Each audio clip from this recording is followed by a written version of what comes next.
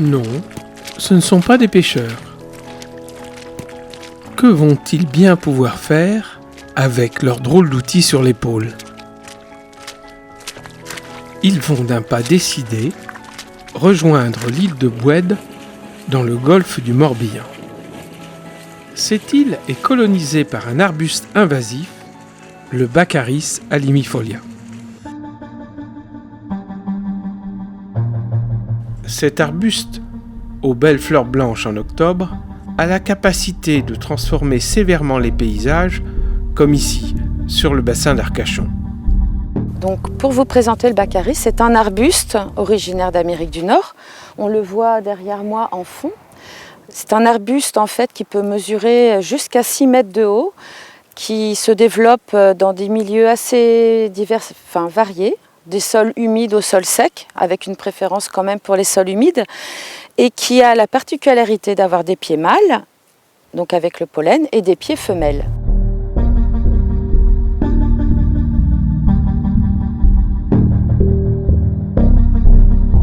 L'impact du Baccharis, en fait, peut être différent en fonction des endroits où il se développe. Il affectionne les sols nus, notamment les terrains vagues, les remblais. Par contre, il a aussi la capacité de coloniser des espaces très riches en biodiversité, en plantes rares, en grenouilles, crapauds, tritons, comme par exemple les dépressions qu'on trouve au milieu des dunes sur le littoral. Et ces espaces-là peuvent être complètement envahis par le Baccharis qui va faire disparaître toutes les espèces qui s'y trouvaient auparavant.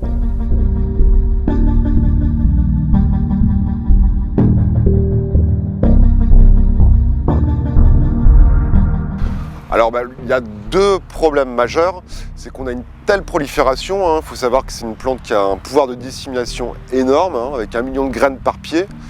Donc en assez peu de temps, on a vraiment des zones du Marais qui ont été totalement envahies par le Baccharis, qui est un buisson. Il faut savoir que quand il est bien installé sur une parcelle, il banalise totalement le paysage. C'est-à-dire qu'on est sur des marais qui par définition sont des paysages ouverts, donc on a une vraie fermeture du paysage. Et donc au-delà de cet impact sur le paysage, on a un vrai impact sur notre biodiversité, sur notre flore locale, puisqu'il fait une concurrence totale. On en arrive à des parcelles monospécifiques où rien d'autre ne pousse que le Baccharis.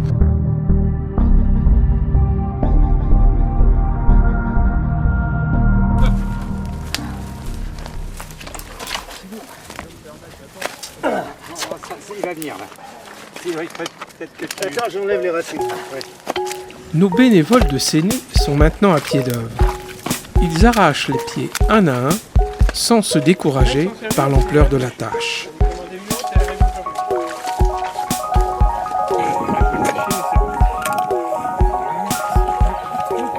Quand j'ai appris que le Baccharis menaçait très fortement le golfe du Morbihan, je me suis dit qu'il fallait que je sois actif. Et c'est la raison de ma présence ici. Ensuite, j'ai eu envie de venir apporter ma modeste contribution à l'arrachage du Baccharis. Ça me paraissait indispensable de venir aider à protéger de la nature. Moi, je travaille pour que mes petits-enfants retrouvent les paysages que moi j'ai connus.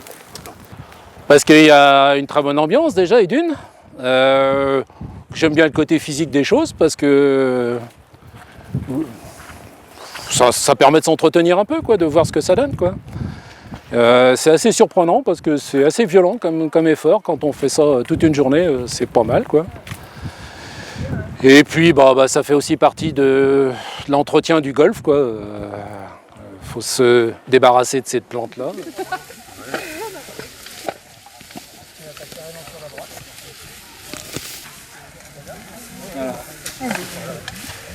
Alors c'est un arbuste invasif parce qu'il y a plusieurs critères en fait pour définir une espèce invasive. Une espèce invasive, c'est une espèce qui est exotique, donc qui est généralement originaire d'un autre continent.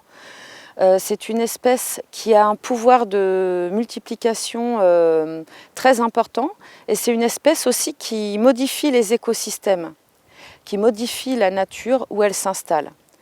Donc du coup, le Baccharis, lui, vient d'Amérique du Nord. Et en Amérique du Nord, il a une concurrence végétale avec d'autres arbustes, en fait, qui l'empêchent de se développer autant que chez nous. Et il a aussi des prédateurs. Il y a 145 insectes différents qui consomment le Baccharis en Amérique du Nord, alors que chez nous, on n'a pas les prédateurs. Donc ici, le Baccharis est à l'aise, il trouve des conditions favorables à son expansion et il s'installe autant qu'il le peut. En plus, il a la capacité de s'installer à la fois sur des sols secs et des sols humides, donc du coup, il peut envahir un territoire très vaste. Daniel Lannes est à l'origine du groupe de bénévoles particulièrement efficace sur Séné. Sur cette commune, il anime des interventions manuelles qui ne sont pas toujours faciles. Les difficultés, c'est aussi de trouver la bonne méthode. Parce que si on s'y prend mal, souvent on parle de couper des Baccharis. Or, il faut les couper le moins possible. Sauf quand on ne peut pas faire autrement parce qu'ils sont trop gros et on ne peut pas les arracher. Mais si on les coupe, par exemple ici, ça revient l'année d'après et c'est encore plus difficile à arracher l'année suivante parce qu'on a moins de prise. Et donc voilà, c'est une des difficultés majeures, donc trouver la bonne méthode. Alors quand ils sont plus petits, quelquefois il faut attendre justement, il faut surtout les arracher avant qu'ils grainent. Et là, les graines sont libérées, disons, fin octobre. Donc, alors il y a aussi les périodes, c'est une des difficultés aussi, on intervient dans un milieu naturel dans lequel il y a des oiseaux qui nichent, on pourrait regarder tout autour. Et donc, nous, on arrête les chantiers au 15 mars.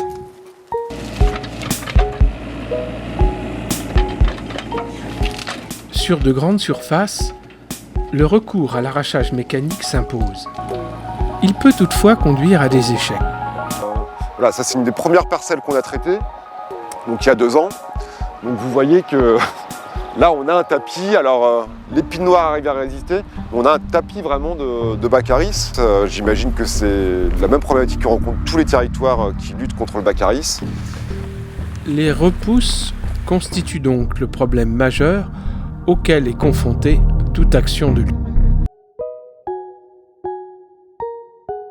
La pratique du pâturage est une solution efficace et durable. Elle peut constituer une opportunité pour un éleveur.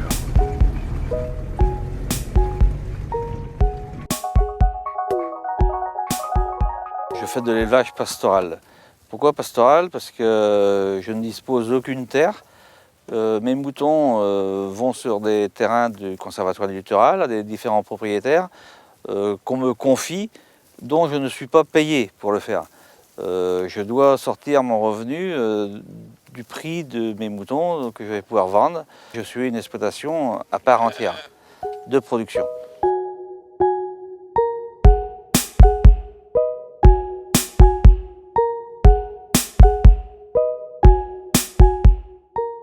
Le marais est carrément colonisé par le Baccharis.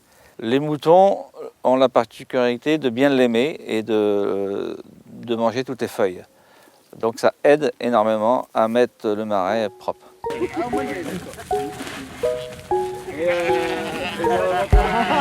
La présence des animaux sur les marais est particulièrement appréciée par les gens du pays et les estivants. Sur les marais ainsi pâturés, la biodiversité est à nouveau très riche. Une flore et une faune abondantes sont réapparues.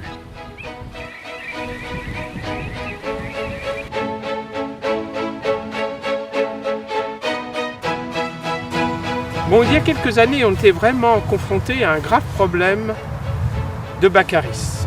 Alors, comme souvent, à plusieurs, on trouve des solutions. Donc, on a créé un collectif anti-Baccharis en réunissant des associations de plusieurs départements. Dans certains cas, sur des propriétés privées, on a la nécessité d'avoir une pleine collaboration des propriétaires et c'est pour ça qu'il est important que chacun sache les dangers que présente la plante. Donc aujourd'hui, on a obtenu avec le collectif, et puis aussi bien sûr avec les politiques, le fait qu'au niveau européen et au niveau français, la lutte contre la plante est désormais totalement obligatoire.